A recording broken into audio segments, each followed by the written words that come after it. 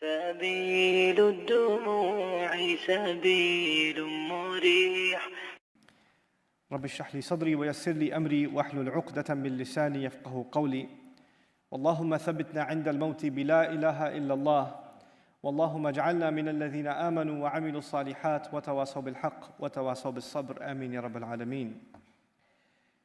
Today's khutbah is dedicated to a couple of ayat that belong to Surah Yusuf, and they are particularly involving wisdom that comes from the tongue of Yaqub alayhi salam. Yaqub alayhi salam has a unique place in the Quran. Allah Azza wa Jal will describe him on a number of occasions, and one of the things that is common in all of those occasions is Yaqub alayhi salam's role as a father. He is, when the Quran talks about fatherhood in many places, somehow or the other, Yaqub alayhi salam gets mentioned. And so it's important to note some of that sunnah of his that Allah Azza wa Jal made timeless. And of course, one of the most beautiful places that Allah describes or encapsulates some of that wisdom is in the story of Yusuf alayhi salam. I feel that this is important because in our day and age, education has become something that it wasn't ever before. People receive an education in the sciences, people become very educated in medicine, people can become educated in technology and other things, and they remain very minimally educated in what it means to be a father, or what it means to be a son, or what it means to be a neighbor, or what it means to be a good friend. Or we don't have that basic education anymore. And so you find this strange irony.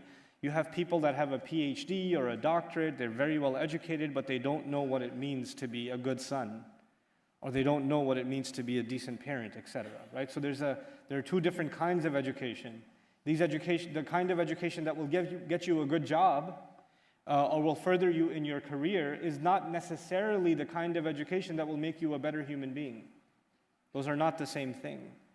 And this is part of the education of the Quran, is what makes you a better human being, what makes me a better human being. What I want to get straight into is how Allah Azza wa Jal introduces this remarkable episode in the life of Yusuf alayhi salam. Of course, Surah Yusuf is in its entirety dedicated to the life of Yusuf alayhi salam. The first thing I'd like you to note is that the story of Yusuf alayhi salam in the Quran is not even 1/3 or 1/4 of what is found in the Bible. The Bible is 4 times longer when it describes the story of Joseph. And the Quran is extremely brief when it describes the same exact story. Why is that the case? Allah Azza wa Jal clearly is not going to tell us everything about the life of Yusuf alayhi salam. Unlike Musa alayhi salam, we learn about his story from the time when he was a little baby, when he couldn't even speak yet, all the way through. With Yusuf alayhi salam, we begin when he's already a young boy. Right? So there's still quite a bit of his life missing in the Quran's narrative.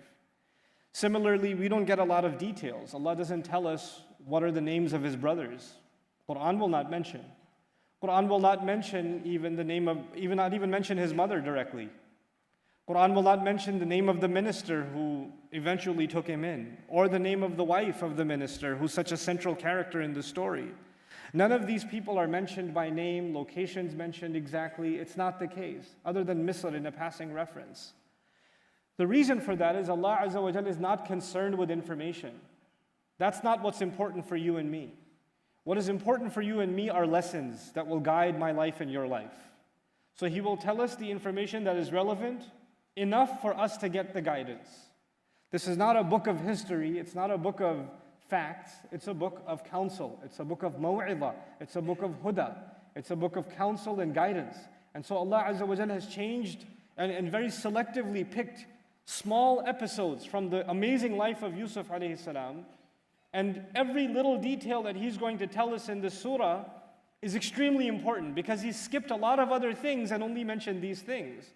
So whatever He did pick is of extreme value. Nothing can be overlooked. And so when we begin this story, the first thing that catches our attention is Allah Azza wa Jal says right before this ayah, وَإِن كُنْتَ مِن قَبْلِهِ لَمِنَ الْغَافِلِينَ.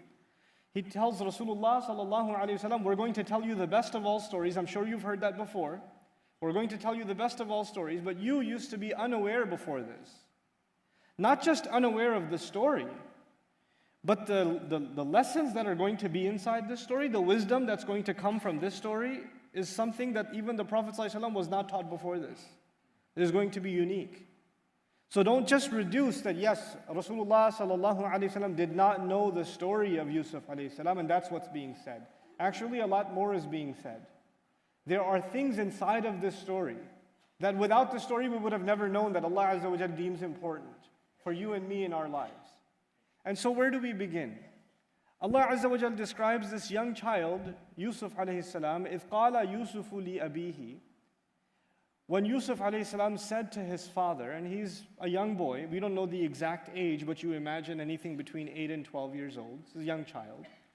And he comes up to his father, maybe even younger, and what does he say to him? يَا أَبَتِ إِنِّي رَأَيْتُ أَحَدَ عَشَرَ كَوْكَبًا. Dad, and first of all, Ya Abati, dad, and the Arabic word for father is Abi. Ya Abi, my father. Ya Abati, atta tushir ila al-hub wal karam. So it's actually my respected father and my beloved father. It's as though, when we don't talk like that, your kids don't come up to you and say, beloved father, can I have some chocolate? They don't talk to you like that. That's not how we speak anymore. But the equivalent of it would be, Dad, I love you. Dad, give me a hug. I want to tell you something. It's a loving expression of addressing your father. It's not just dad or papa or baba, but it's actually dad along with an expression of love. That's the first thing we learn about this child, is that he expresses love for his dad. And the second thing we're going to learn here is that he came up to him and said, Inni. Inni means, no doubt I. Now the word inna is used, they say in Arabic, لِإِزَالَةِ الشَّكِّ, to remove doubt. So when you're about to say something that the listener will not believe easily, it sounds so unbelievable they might not believe you, that they don't think you're serious. So the Arabs use the device inna to remove that doubt. No, I really mean what I'm going to say. It is as though the child recognizes that what he's about to say is not easy to believe. It's this amazing thing, this crazy thing that he saw, and he's going to tell his dad all about it, but he's thinking, Dad might not believe me. And so he says, no, really, Dad, I really did see this. Inni ra'aytu ahada ashara kawkaban. I really did see, in fact, 11 stars, the sun and the moon, wash-shamsa wal-qamar. And it's incredible that the sentence starts over again. And it captures really the reluctance of a child. I mean, I have a lot of children. Alhamdulillah, I have 7 children. And the thing with children is that when they want to tell you something that's exciting or something that happened, they repeat themselves a lot. And they can't even get to the end of a sentence.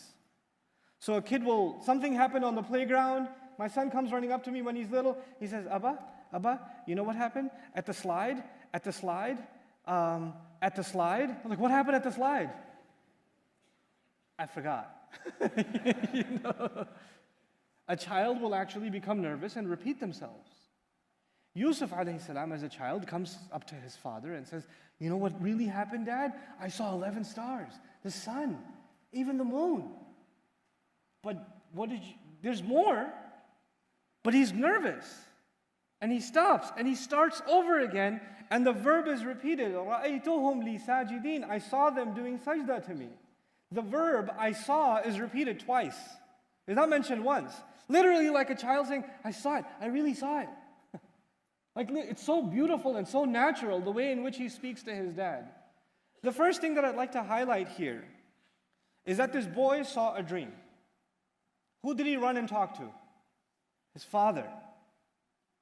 Our boys have a feeling, have a dream. Forget about a dream. Even something happens to them in reality. Who do they go and run and talk to?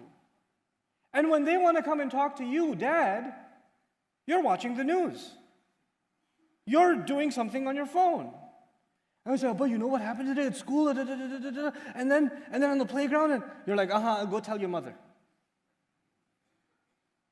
And you do that enough times, and you'll notice your son doesn't come up and tell you. Who does he go straight to? He goes straight to mom. The natural inclination, by the way, children gravitate towards their mother. They do. But we're learning something about Yaqub alayhi salam that hasn't even been said. He is the kind of father that has created such a nurturing environment for this child that this child experienced something not even when he was awake, he experienced something when it was a dream, and he can run over to dad and give him a hug and tell him all about it because he knows dad is going to listen. Dad's going to pay attention. He's not going to ignore what I'm saying. And if anything, for children, things that are important to children are not the same as things that are important to adults. When my kid is playing with a bunch of Legos and one of the pieces is missing, his world has come to an end. How about I can't find the hat? And that's a really big deal to him. Now, it's not a big deal to me, but you know what? It has to become a big deal to me because it's important to him. A dream may not be important to you or me, but it's important to this child. It's valuable to him. So he runs over and tells his dad, and his dad doesn't say, "What did you eat for dinner last night, boy?" It's just a dream. It's okay. It's okay. Don't worry about it. I get those all the time. He doesn't do that. He actually carefully, attentively listens to his son. We're learning something incredible about fatherhood that we did not know before. Quran didn't highlight this anywhere else. It highlights something about how loving a father needs to be to young children, to very young children, to nurture them, to engage them, to be a good listener to them, to sit and just listen to your child. Even if they're babbling and talking about absolutely nothing that makes any sense to you, you still listen attentively as though you're a learner. And your child is, my girls, they talk a lot because they're girls. So, but they talk and they talk and they talk, and they're telling me about this kid and this other girl at school who became friends with them and she's not friends with them anymore, and this one and that one, and there's so many names. It's like an entire ilmun nisa almost, like ilmun rijal al-hadith. There's all these names you have to know and characters, and I have to keep up.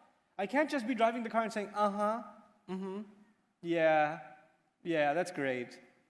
Because that's what we do. We don't really listen.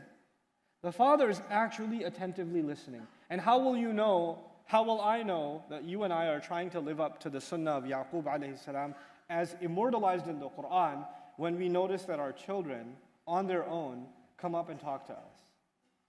Because today, we try to talk to our kids and say, "How was school?" It was okay.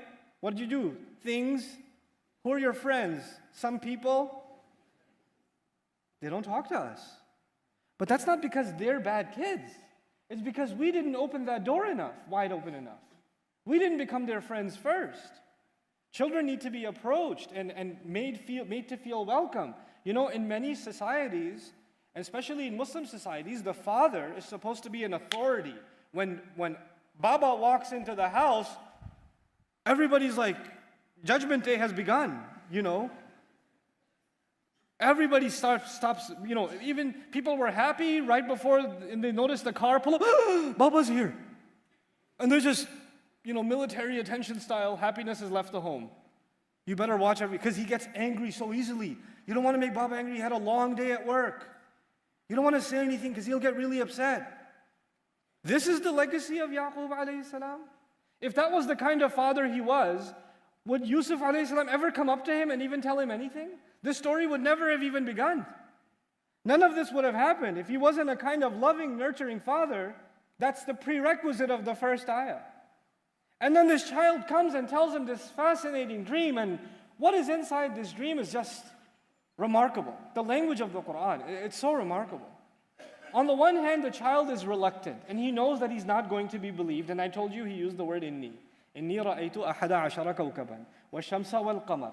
And if you, eventually by the end of the surah, we understand that the 11 stars were actually his siblings. And the sun and the moon represent his parents. And we also know that by the end of this dream, or by the end of getting to this sentence, what he tells his father is that they're going to be doing sajda because of him. They're going to be falling into sajda because of him, which is an extremely humble position for someone to be in. And if you imagine somebody falling into sajda because of somebody else, you would imagine that the person, the masjudun lahu, the person to whom sajda is being done, or because of whom the sajda is being done, is a very important person. So now this child sees a dream in which he is a very important person. But actually, what's even more incredible is it seems from the language of the ayah that this young boy is a genius, and Allah Azza wa Jalla has inspired him in a very special way that he already has the understanding of what the dream means. He didn't come to ask his father, what does this mean? It seems he already knows what it means. This is why he gets to 11 stars, the sun and the moon, mom and dad, and when he gets to that point, he can't even finish, because how can I imagine my mom and my dad humbled in front of me? How can I even imagine that? And then on top of that, those of you that are familiar with the Arabic language, these are غير ذوي العقول. You have the sun, the moon, the stars. These are not living things. And the Arabic pronouns for non-living things are either the feminine pronoun ha, or if you want to do tafkhim and make a big deal out of them, hunna. So the expected Arabic was going to be رَأَيْتُهُنَّ لِي سَاجِدَاتٍ or رَأَيْتُهَا لِي سَاجِدَةٍ. That's the expected Arabic. But the Quran says رَأَيْتُهُمْ لِي سَاجِدِينَ, which is used only for people. He actually used the pronoun, when he says, I saw them doing sajda because of me, the word them is actually only used for living people, for human beings. And so he used a word that already suggests that I know that it's people, it's not the stars and the sun and the moon. That's the genius of this boy. But it's such a small thing, and the father hears it and picks up on it. This kid is special. He's not just special because he saw a dream. He's really special because he figured it out too. He even figured it out. And he recognized all of that from one sentence. Our children have been given lots of gifts. And their gifts, you will discover them by engaging them in conversation. Every child is given a unique set of gifts. Some of your kids are very artistic. Some of your kids are very mathematical. Some of your kids are very analytical. Some of your kids have an incredible memory. They're not all the same. When you engage them in conversation, you're actually discovering what they are hiding inside of them. And you won't know anything about those hidden talents and those hidden gifts Allah has given them until you and I become good listeners. The father becomes a good listener and picks up on the fact that this child is not a normal child. He's special. It's not just so special to see a dream, but to be able to figure that out too. And he knows now immediately that it's people, and 11 stars, and it's people, it's 11 brothers. Oh, sun and moon, that's the parent. And now he's actually told his father the interpretation. In one sentence, the dream and the interpretation. And the father, first thing he does, it's so amazing. And this was the first wisdom I wanted to tell you, open communication between father and son. The second thing that I want to share with you, يَا بُنَيَّ لَا تَقْصُصْ رُؤْيَاكَ عَلَىٰ إِخْوَتِكَ. My beloved little boy, my dear little son, that's how he addresses him. Ibni is my son. Ya bunayya ism tasghir, my little boy. It's also an expression of love. So the child spoke to him lovingly, and the father also responded lovingly. We have to reciprocate love. We have to reciprocate loving expressions to our kids. We have to let them know how much we love them. You cannot say, my dad never hugged me, so we don't do that in our family. You don't do that to children. That is not the sunnah of our prophets, alayhimus salatu wassalam.